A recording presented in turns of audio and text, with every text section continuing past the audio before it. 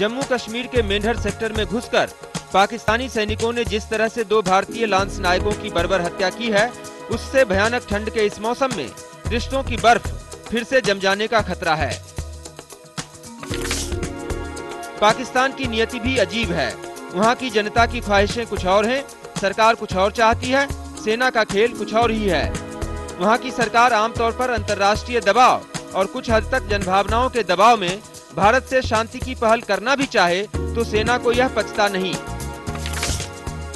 पाकिस्तान की सेना की तुलना एक ऐसे उद्दंड, आवारा और आपराधिक चरित्र के व्यक्ति से की जा सकती है जो बिना किसी बात राह चलते किसी मुसाफिर को जानबूझकर टक्कर मार देता है और फिर न सिर्फ खुद झगड़ा करने पर उतारू हो जाता है बल्कि सामने वाले को भी इसके लिए मजबूर कर देता है।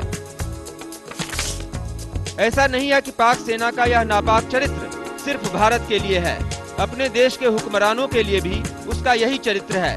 वरना क्या बात है कि उसने देश में किसी भी सरकार को स्थिर होकर काम नहीं करने दिया। जिसने भी कुछ अच्छा करना चाहा उसका तख्ता पलट दिया। और तो और मुल्क की आम जनता के प्रति भी उसका यह आपराधिक चरित्र लगातार बना हुआ है।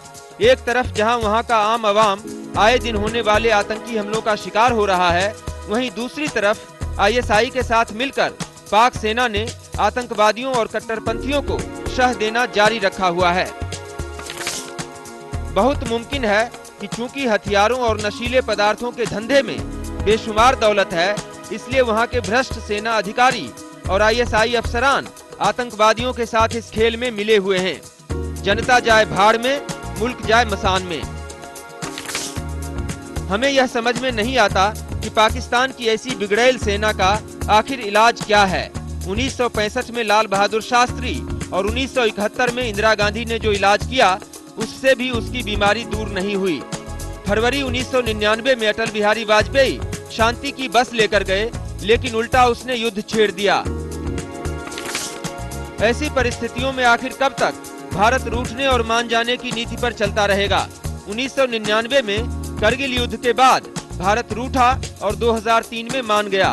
फिर 2009 में मुंबई हमलों के बाद रूठा और 2012 में मान गया। भारत पाक सरकारें तो बीच बीच में अपना रुख नरम करती रही हैं, लेकिन पाक सेना का रवैया कभी बदला क्या?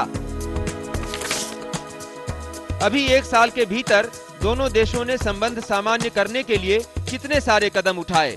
पर्यटकों, तीर्थयात्रियों, बच्चों, नौजवानों और बुजुर्गों के लिए वीजा नियमों में ढील दी। आपसी कारोबार को 16,000 करोड़ के पार ले गए। भारत ने आयात को दुगना किया तो पाकिस्तान ने भी भारत को मोस्ट फेवर्ड नेशन का दर्जा देने का मन बना लिया। फिर से क्रिकेट डिप्लोमेसी स्टार्ट की। आतंकवाद के मुद्दे पर हालांकि गतिरोध बरकरार है, लेकिन लग रहा था कि शायद धीरे धीरे चीजें कुछ बेहतर हों। ऐसे खूबसूरत होते वक्त में पाकिस्तानी सेना के इस आपराधिक और उकसाऊ कृत्य का आखिर जवाब क्या हो सकता है? सबसे बड़ा सवाल यही है।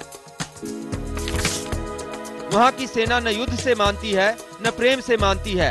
आखिर मानसिक रूप से बीमार ऐसी सेना का क्या इलाज हो? कभी कभी लगता है कि भारत के पास इसका इलाज है ही नहीं।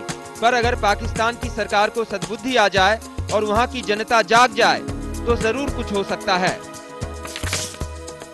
शायद दोनों देशों के मीडिया को भी थोड़ा जागरूक होना पड़ेगा, आपसी सहयोग बढ़ाना पड़ेगा और ऐसी खबरों से बचना पड़ेगा जिनसे जनता की भावनाएं भड़कती हों और पाक की नापाक सेना और आतंकवादियों के मंसूबे पूरे होते हों।